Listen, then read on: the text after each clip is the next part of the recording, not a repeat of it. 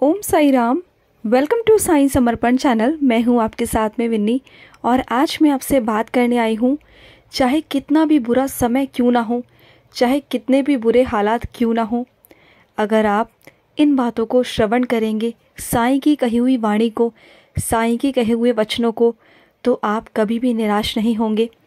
तो चलिए स्टार्ट करते हैं कि साईं के वचन क्या हैं, साईं के शब्द क्या हैं हमारे लिए, जिनसे हम सुनकर समझ करना हमें हिम्मत मिलेगी लड़ने की, और हम कभी भी हार नहीं मान सकते, कभी भी थक नहीं सकते।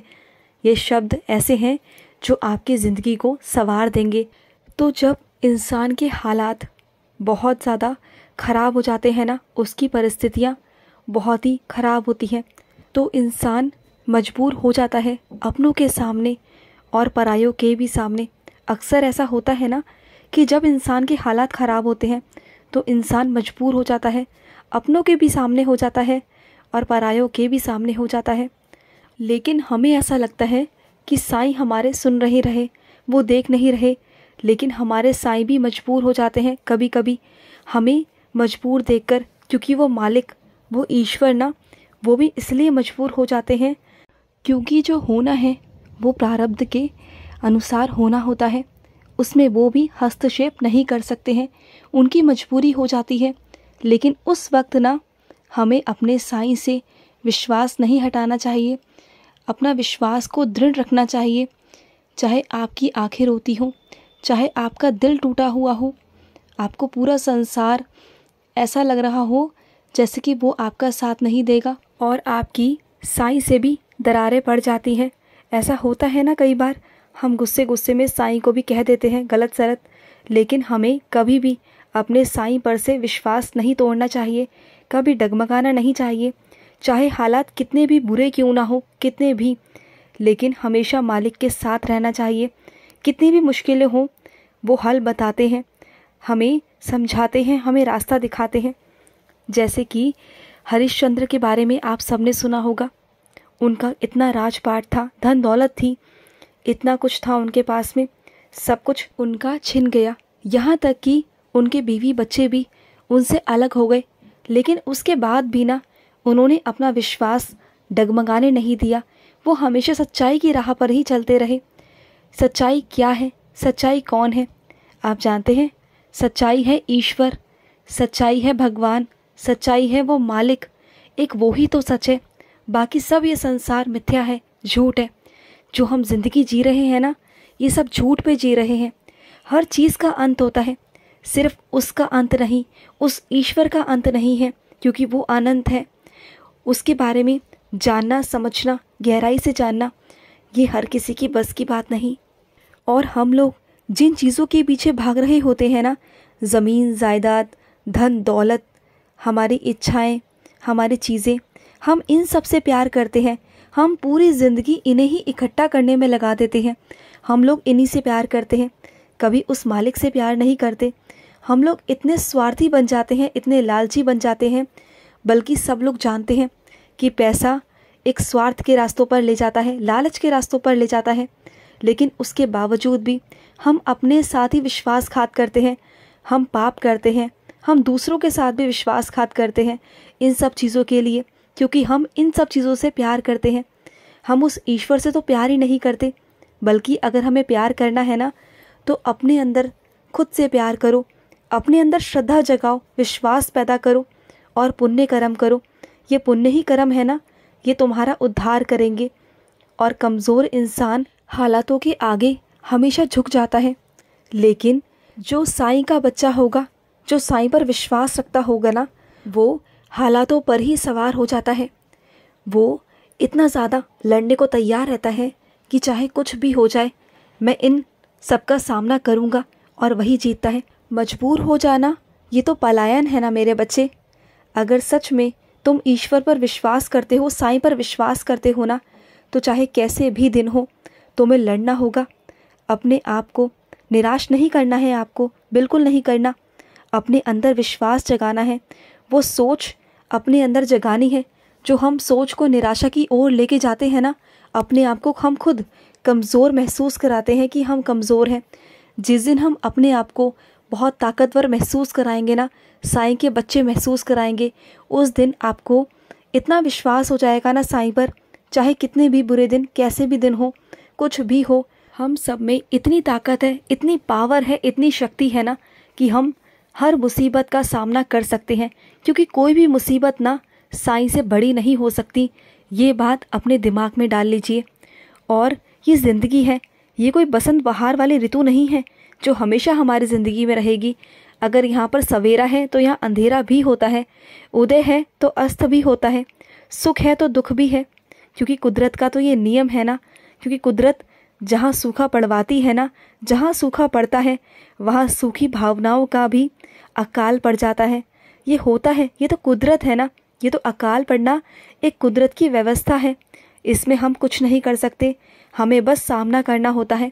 और जो सामना करता है ना, कभी झुकता नहीं है। तो साईं ईश्वर उन्हीं बच्चों का साथ देते हैं जो हमेशा सामना करने के लिए खड़ा रहता है, लड़ने के लिए तैयार रहता है, हमेशा अपने परिस्थितियों से सामना करने के लिए तैयार रहता है।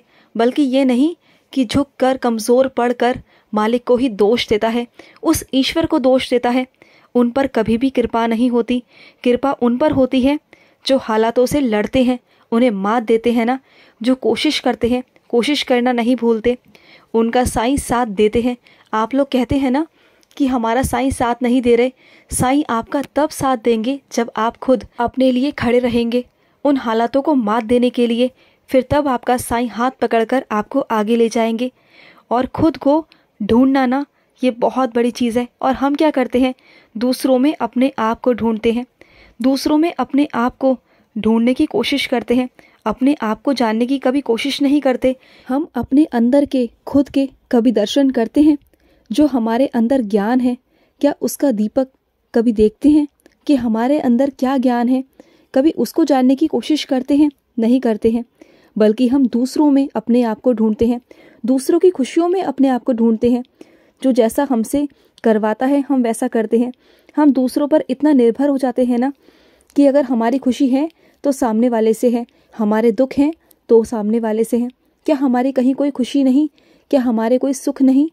आपके सुख, आपका दुख आपके अंदर ही है, आपके अंदर ही आपका ज्ञान है। उसे आपको समझना होगा। जो खुद को नहीं ढूंढता ना, जो खुद को नहीं जानता, वो कभी किसी को नहीं जान सकता। जो खुद खुश नहीं रह सकता, वो कभी किसी को खुश नहीं रख सकता, कभी नहीं रख सकता। अगर हम चाहते हैं कि अपने जीवन को प्रकाशित करें तो खुद की खोज करनी चाहिए, और वो हम बहुत आसानी से कर सकते हैं, बहुत आसानी से। एक बार क्या हुआ, एक तपस्वी साधु था, उसका शिष्य था। तो वो इतने सालों से उनके साथ में रहता था, उसके बावजूद भी उनका ध्यान नहीं लगता था। तो एक दिन क्या हुआ, वो जो साधु था वो तपस्वी के पास में गया। कहता है, तपस्वी जी, मेरा ध्यान नहीं लगता है, मैं इतने साल आपके साथ में रहा, तपस्या की, आपसे सीखा, लेकिन उसके बावजूद भी मेरा ध्यान क्यों नहीं लगता? तो तपस्वी ने पता है साधु से क्या कहा, एक काम करो, तुम राजा के पास में जाओ। तो एकदम से वो चौंक गया कि राजा के पास में? तो उन्होंने कहा कि वहीं जाओ, वहीं से तुम्हें शिक्षा प्राप्त होगी। तो उन्होंने कहा ठीक है। तो वो राजा के पास में पहुंचते हैं। जब राजा के पास में पहुंचते हैं तो वो मंदिराक्ष ये सब पी रहे होते हैं, कर रहे होते हैं। तो क्या हुआ, और वहाँ पर नृत्य चल रहा होता है। ये सब देख कर ना एकदम से साधु डर गए कि ये क्या हो रहा है, घबरा गए कि, और हैरान भी हुए। फिर वहाँ से वो ये सब देख कर लौट रहे थे। तो राजा ने देखा कि कोई साधु है, उनके द्वार पर आया है। उन्होंने रोका। राजा ने बहुत प्यार से साधु से पूछा, अरे आप यहाँ कैसे? तो उन साधु ने कहा कि मुझे उन तपस्वी ने भेजा है, तो मैं उनका शिष्य हूँ, और मैं यहाँ पर आपके लिए पूछने कुछ प्रश्न के लिए आया हूँ। उन्होंने अपना प्रश्न रखा। फिर राजा ने कहा, अरे आप कहाँ जाते हैं? आप तो हमें आदर सत्कार का मौका दीजिए, हमें अवसर दो कि आप हमारे द्वार पर आए हैं। तो जो शिष्य था, जो साधु था, वो वहाँ रुक गया, और उसने कभी नहीं देखा था आराम, कभी नहीं देखा था कि आराम क्या होता है। उसको फर्स्ट टाइम, पहली बार ये सब देखने को मिला, और वो वहाँ पर रुके। उन्हें वहाँ पर बहुत सारे अनुभव हुए, बहुत अच्छा अच्छा खाने को मिला, आराम करने को मिला, उनकी बहुत अच्छी खातिरदारी हुई। और रात को खाना खाने के बाद जब वो सोने के लिए अपने कक्ष में गए तो बहुत आलीशान उनका कमरा और इतना अच्छा सॉफ्ट वाले गद्दे जैसे होते हैं, बहुत मखमल जैसे, और इतना अच्छा उनका एकदम वीआईपी की तरह उनका आदर सत्कार और इतना ज़्यादा उनकी खातिरदारी। तो वो सब देखकर हैरान हो गए। फिर रात को क्या हुआ, जब वो सोने के लिए गए ना, तो रात भर वो एक पल भी नहीं सो पाए, उनकी आँख भी नहीं झपकी, क्योंकि जिस पलंग पर वो लेटे हुए थे ना, उसी के ऊपर ठीक बहुत नाजुक धागे से एक तलवार बंधी हुई थी। वो ऐसा लग रहा था जैसे किसी भी वक्त वो नीचे गिर जाएगी और सीधे उनके सीने में आकर चुभ जाएगी, घुस जाएगी, उनको ऐसा लग रहा था। और रात भर इसी डर की वजह से वो रात भर नहीं सोए, एक आँख भी नहीं उन्होंने झपकी। जब सुबह राजा आया तो उन्होंने बोला, मानवर बताइए क्या हुआ, कैसे रही हमारी खातिरदारी और कैसे रही रात की नींद। तो शिष्य कहते हैं कि अरे मैं तो रात भर राजा सो नहीं पाया, जो मेरे पलंग के ऊपर जो ये तलवार लटकी हुई है ना, इसकी वजह से मुझे पूरी रात नींद नहीं आई, क्योंकि ये कभी भी उस धागे से टूटकर, उस नाजुक धागे से टूटकर कभी भी तलवार मेरे सीने में आकर लग सकती थी। और इस वजह से, इस चिंता में मैं रात भर नहीं सो पाया, रात भर। तो पता है राजा ने हंसकर पता है क्या कहा, मानवर ध्यान ऐसे ही किया जाता है। ध्यान का मतलब ये नहीं कि तुम्हें आंखें बंद कर कर ध्यान करना है, नहीं। सोते जागते हर पल, चलते फिरते काम करते हर समय हमें उस परमात्मा का, हमें उस ईश्वर का नाम स्मरण करना चाहिए। वही तो ध्यान है। अपनी अंतर आत्मा को उस ईश्वर से, उस परमात्मा से जोड़ देना चाहिए और खुद अपनी अंतर आत्मा का दिव्य दर्शन करना चाहिए। और जब आपके अंदर की अंतर आत्मा का प्रकाश होता है ना, तो आपके विकारों का भी दर्शन होता है।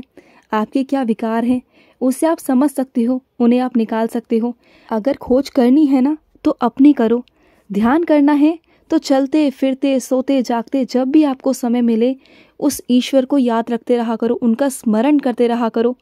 यही सबसे ज़्यादा ज़रूरी है, यही ध्यान है। ध्यान वो नहीं कि आप आंखें बंद कर कर एक जगह बैठ जाओ और आंखें बंद कर कर ध्यान करो और आपका मन चंचलता से इधर उधर चलता रहे, वो ध्यान नहीं है।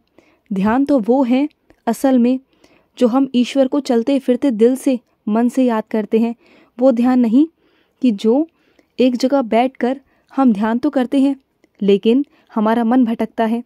और वो लोग जो ध्यान सच में करते हैं, जिनकी लिव ऊपर वाले से डायरेक्ट लग जाती है ना, तो वो ध्यान कर सकते हैं। जिनका मन स्थिर नहीं रहता, जिनका मन चंचल है, वो ऐसे ही ध्यान कर सकते हैं। उस ईश्वर का स्मरण करते रहिए, उन्हें याद करते रहिए और उन पर विश्वास करते रहिए। चाहे कैसे भी हालात हो, कुछ भी हो, उस पर से हमारा विश्वास कभी डगमगाना नहीं चाहिए। तो आप कभी नहीं हारोगे और कभी भी अपने आप को कमज़ोर महसूस मत करो। हर चीज़ का सामना करो, क्योंकि अगर समस्या है तो हल भी है। हमारे ईश्वर, हमारे साईं हमें हल भी बताते हैं और रास्ता भी बताते हैं। उनका हाथ और साथ कभी मत छोड़िए, उनके साथ रहिए। और ये थे हमारे साईं के कुछ शब्द, कुछ वचन जो बाबा ने आप तक पहुंचवाए हैं। तो आप हमेशा इन्हें ही याद रखिए, अपने जीवन में उतारिए और आगे बढ़ते रहिए। अगर आपके भी कोई अनुभव है तो हमारे साथ ज़रूर शेयर करिए। हमारे व्हाट्सएप नंबर पर आपको स्क्रीन पर शो हो जाएगा, आप हमें कॉल भी कर सकते हैं। अपने अनुभव ज़रूर शेयर करें हमारे साथ। तो चलिए मैं लूँगी समाप्ति। ओम साई राम, जय साई राम।